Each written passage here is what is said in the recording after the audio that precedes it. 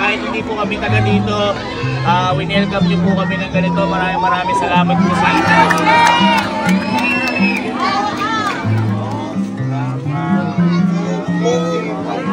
Pinakamatanda po ba? Parang pinakabata.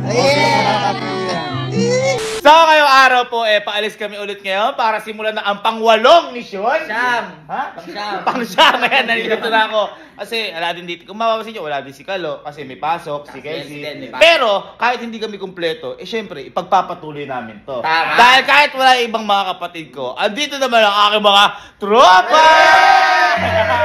Ngayon, boy, itong pang-8 misyon natin na to, hango pa rin to sa karanasan namin. Kasi, boy, ito, di ba? Kung mapapansin nyo, nakapagpamigay na tayo sa mga kakilala natin, Tama. sa mga kabarangay natin, Tama. kumbaga sa mga kalapit natin. At ito nga yung sa mga, yung groceries, kung natatandaan nyo, yung unang mission natin, nagpamigay tayo, yung 10 groceries kasi, di ba, tayo noon, hirap na hirap tayo mag-groceries noon. Actually, hindi nga groceries pamamalengke. Tama. Ang tawag natin doon, di ba, pamamalengke kasi nga, limitado budget. At saka, mas mura sa palengke kaysa sa groceries, ganyan. At ngayon, yung sinasabi kong karanasan natin, boy, hindi naman po pwede na sa mga kalapit lang tayo magbigay. Tama! Kailangan magbigay din tayo sa mga lugar na hindi pa natin napuntahan.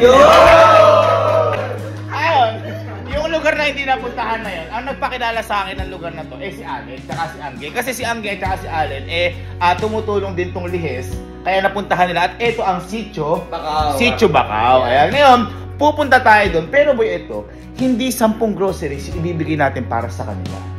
Kung hindi, lahat ng head of the family sa Sitio Bacau, bibigyan natin ng groceries. Lahatin na natin kasi malapit na matapos yung mission natin At natanong natin kung ilan sila doon, yung head of the family. 150. Kung 150 sila doon, 150 groceries din ang pamimigay natin sa kanila. Pero siyempre, hindi na natin ito makakaya kasi halos wala na tayong tulog. Kaya nagpatulong tayo dito kay paring Berms. Ayan, kay paring Berms para kontakin lagi natin pinagbibilan yung All Homes. Kaya ngayon pupunta tayo doon ngayon para kunin na yung mga groceries at ano na? Pupunta na kami. Ano makikita natin? Tara! So, dito na ulit kami sa all day home Ito na kami ulit Baka naman Nagpatulong na tayo dito sa mga staffs ng all day, ng All Homes para kasi hindi na natin kaya, baka abutin tayo ng gabi. Tama. Kasi 150 yun. Kumbaga, tinawag na natin kahapon para ma-prepare nila. Tapos ngayon, para kukunin na lang natin. Wow! Hello po. Hello po. Good afternoon po.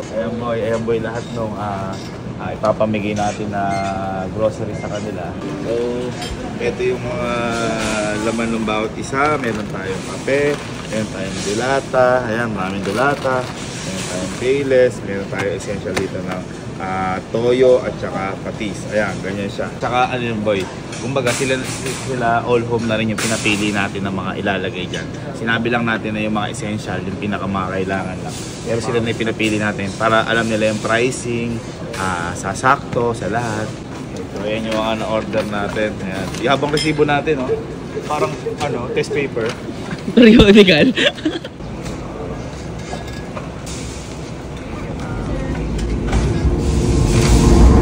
Thank you po, All Homes.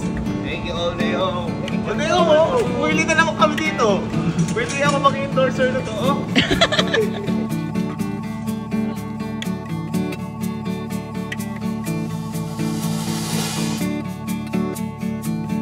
Thank you po. Salamat po. Thank you po. Thank you po. So ngayon, punta na tayo sa Sitio Bacau. At tara, pamigay na natin ang mga groceries.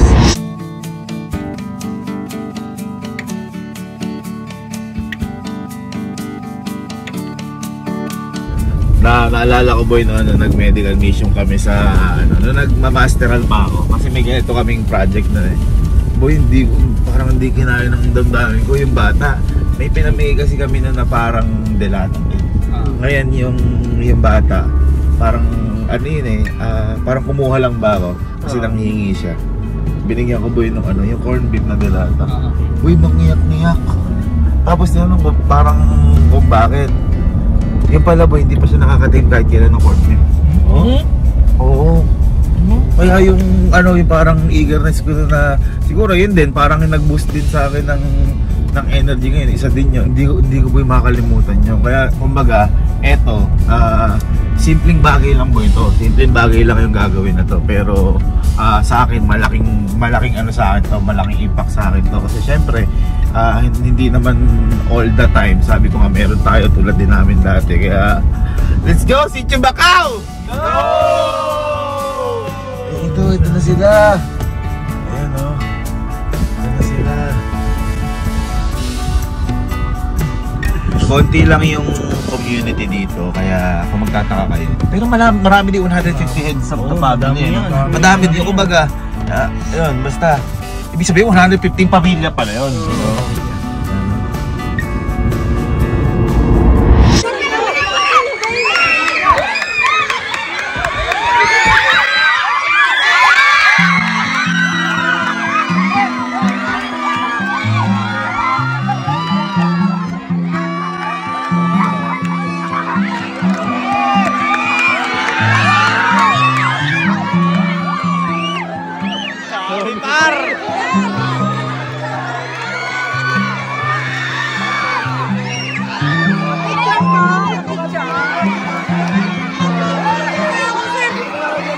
Dami po dito. Hindi ko yung expect. Kala ko parang ano, ang dami.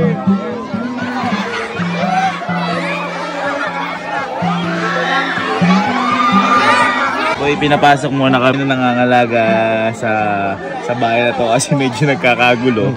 Oo, kasi ang nakakaba maraming bata, baka may madapura. Kakagulo kanina kasi. Oo, hindi ba may mga bata? Boy, nakakatababoy ng puso dahil hindi naman tayo taga dito. Ayun, thank you po sa pagpunta. Salamat po dahil ang tawag yun, kahit hindi po kami taga dito, winelcome din po kami ng ganito. Maraming salamat po sa inyo. And first time ko po mapunta dito at sana hindi po ito yung last. Kaya maraming salamat po sa inyo. Meron lang po akong hinanda para sa inyo. Ito po yung pang-siyam namin na misyon. At maraming salamat po dahil isa po kayo sa kukumpleto po na to. Malaking bagay po sa akin to dahil kayo po yung makakasama ko po sa celebration po na gagawin na to. May konti lang po ako sa inyong ang tawag po dito, regalo o ibibigay at sana po makatulong po sa inyo and maraming salamat po sa akin.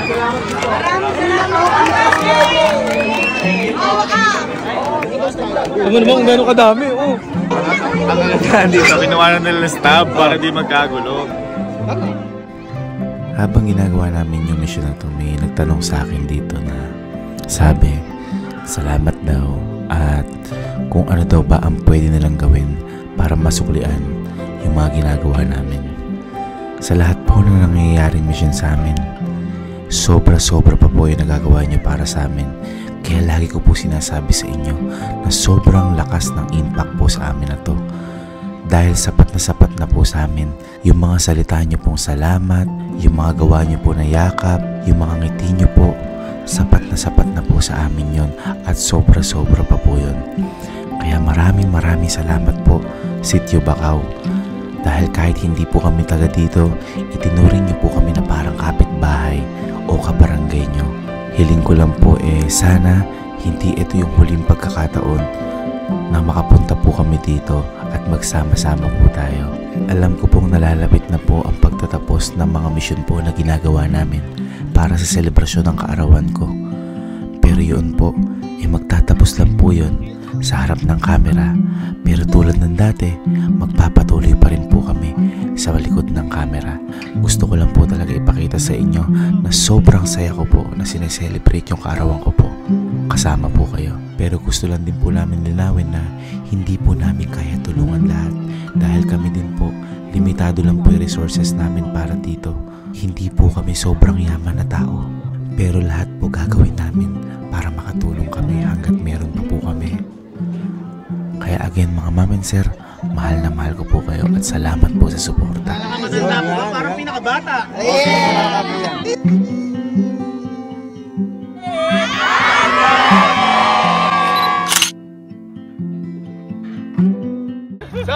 at natapos na nga ang pang-siyam na mission natin. Kaya at sobrang saya namin. Yes! Dahil syempre hindi biro yung naramdaman ko na to. Dahil hindi po kami taga dito sa Sitio Bacau, pero parang tinanggap nila kami na parang kabarangay nila kami. Tama!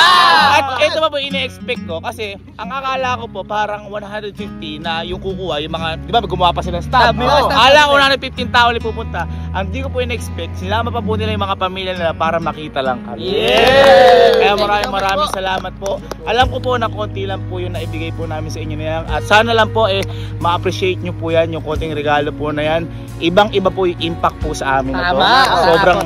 Sobrang sarap po sa puso, sobrang nakakataba sa puso. Kaya, boy, di ba natapos na ang pang-siyam na mission natin? Yes! Handa na ba kayo sa panghuling mission natin? Wow! Kaya ano bang hinihintay nyo? Kung handa na kayo, basta handa na kami, simulan na natin ang panghuling mission na yan!